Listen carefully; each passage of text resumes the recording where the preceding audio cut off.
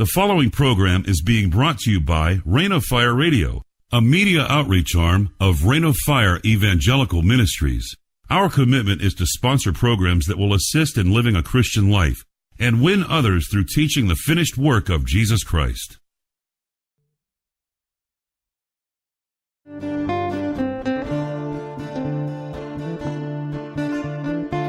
Welcome to Delivered or Deceived with your host, Rand Berkey. Rand is a former cult member who now educates people on the dangers of these types of groups, as well as people who would seek to exploit and terrorize others. Rand has devoted his life to providing assistance to those who have been hurt. No one wants to be led through the wilderness by a guide who has never been there. He has, and his desire is that you will find yourself delivered and not deceived.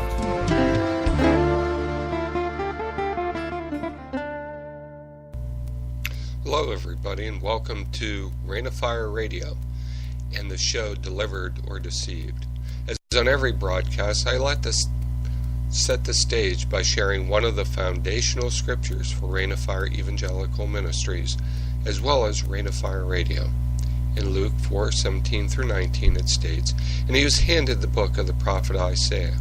And when Jesus had opened the book, he found the place where it was written, 'The Spirit of the Lord is upon me, because he's anointed me to preach the gospel to the poor.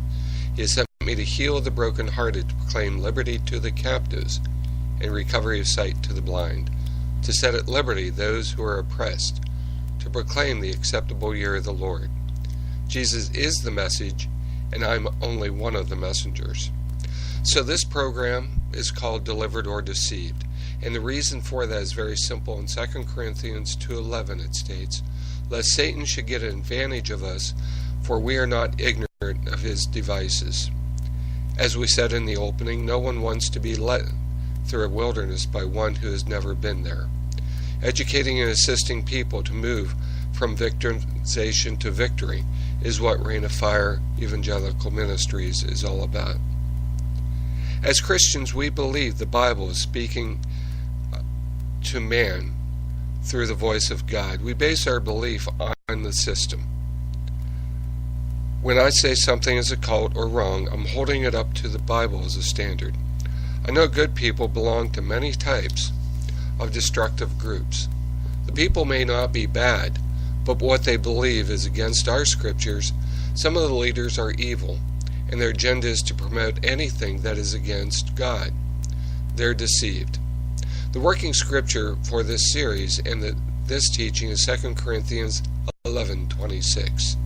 And Paul states, "I've been on frequent journeys, in danger from rivers, danger from robbers, danger from my own people, dangers from the Gentiles, danger in the city, dangers in the wilderness, dangers at the sea, and danger from false brethren." Well, what I want to talk for this broadcast and the next two is danger from my own countrymen and danger from false brethren. But today we're going to be talking about danger from the Gentiles, or as we'd like to say it, or I'd like to say it, dangers from without the Christian community. What I never want you to forget is Jesus died for all. False religions and cult leaders want us to die for them. There have been a number of religions and cults which have captured our attention over the last 50 plus years. From Manson in the 60s to terrorist attacks of present time, their reach not only affects the people who are involved immediately, but also their families and their victims. These different groups will cry foul if they feel their right to free speech is being threatened. However, they would be the first to remove all such rights, and even our Constitution, if they would gain power. To say this is a new phenomenon for our country would be a false statement. During the mid-1800s, many different religions began. They evolved in the most modern-day movements of today. Some of these groups that have come alive in the last 50 years, and I'm going to name a few of them, and maybe you've heard them, maybe not. but one of the biggest is Transcendental Meditations. It's a Hindu religion, and it was introduced by the Beatles in the late 60s. It opened the door to a number of what could be called of Eastern movements. George Harrison promoted the Hare Krishnas in his song My Sweet Lord, as well as other Eastern groups. Founded in 1956, Maharishi Mahesh Yogi offered the world the way to relax, reduce crime, make crops grow, and fly. Yes, people could fly, according to their belief. One of the main selling points back in the day that you could levitate through the techniques being practiced. However, they backed off this claim. They still believe it may be possible when they become enlightened. Made popular by people such as the Beatles, it grew tremendously. However, after paying between $1,050 and $2,050 for your own personal mantra, one would find that the same mantra given to thousands of other people, which would be the name of a Hindu god. This would account for their $3 billion in real estate and holdings. Back in the 70s and 80s, there was a group called the Moonies, which are still alive today and well, maybe not as big as it was before. In the Moonies, Jesus was supposed to be to marry and have a family whose children were perfect. Jesus' death was plan B, and mankind was redeemed. Jesus' resurrection was spiritual, not physical. The Moonies believe that through the matching ceremonies they will have sinless children, they will become perfect as well. The leader of this group, Sun Myung Moon, believed that he was perfect and he was going to have perfect children, but his children didn't end up that way, and even some of his children spoke out against him and one of his wives. Then there's conspiracy groups. Like UFO groups, believe that 60-mile areas in Omaha would be a death zone. Special instruments were made to protect them from attack by a force field around them, or making them invisible.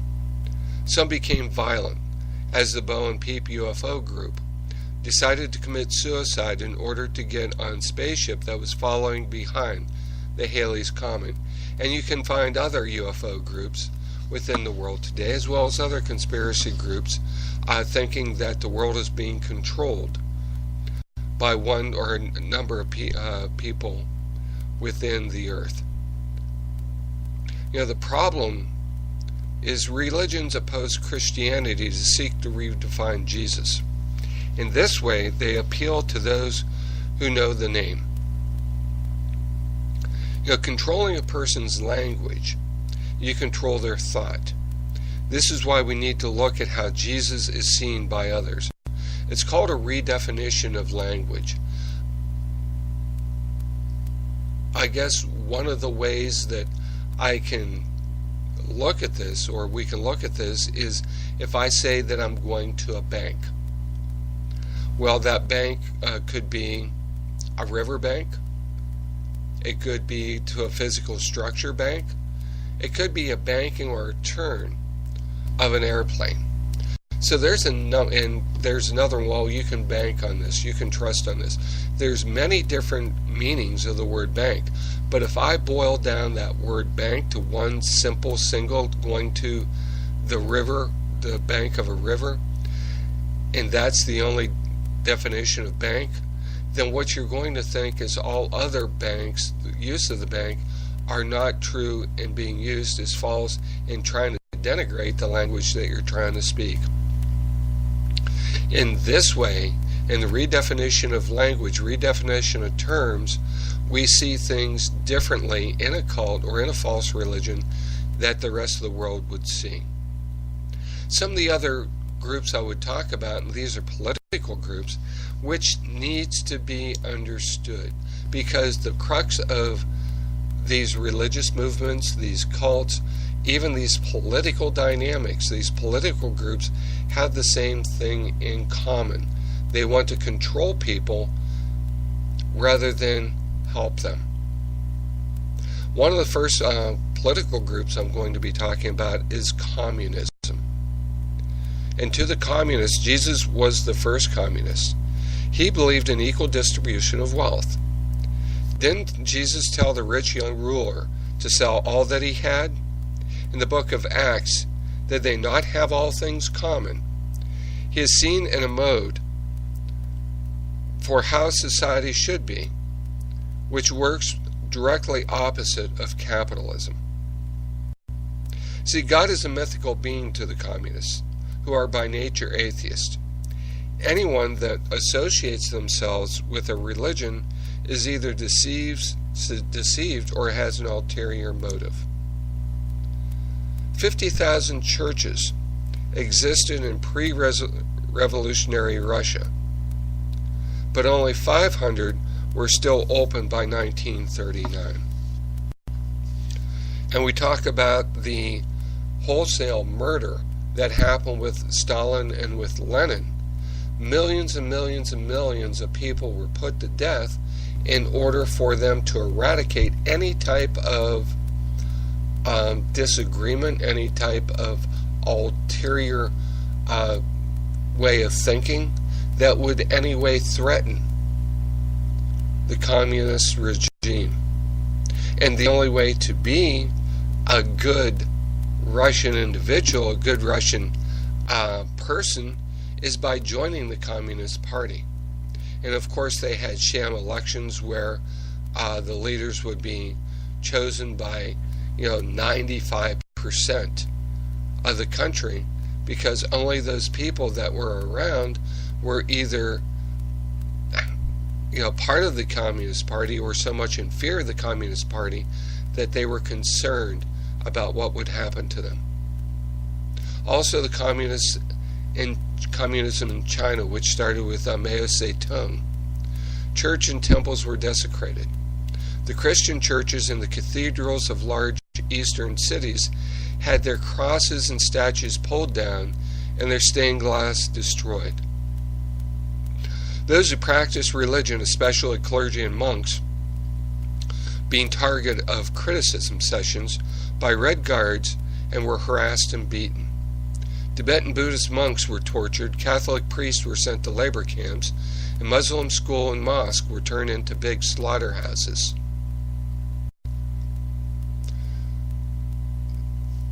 The atheism of communism is the survival of the fittest. By whatever means possible, the person needs to be top dog.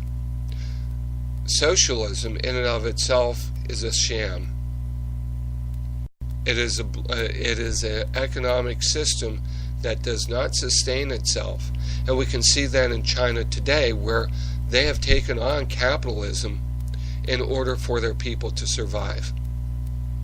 That's why you have trade wars. That's why you have China having a surplus in their imports and exports, simply because they aren't socialist. They become capitalist. If you go to the interior China, there's people that don't have the wealth of what you might see in Hong Kong, Beijing, other large cities. They're still riding bikes and rickshaws. Does some of the money trickle down? Absolutely, some of the money does trickle down. But to the simple Chinese person, not so much so. Because there's always going to be people that are in control of the money. There's always going to be people in control of the land. There's always going to be people that are controlled by other people, because somebody has to divide it up, right?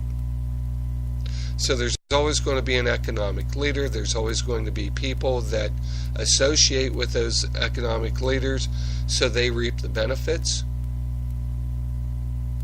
It's not equal distribution of wealth. To the Hindu, Jesus was an avatar, one of many incarnations to fulfill a specific mission of God on earth. The below would pretty much sum up the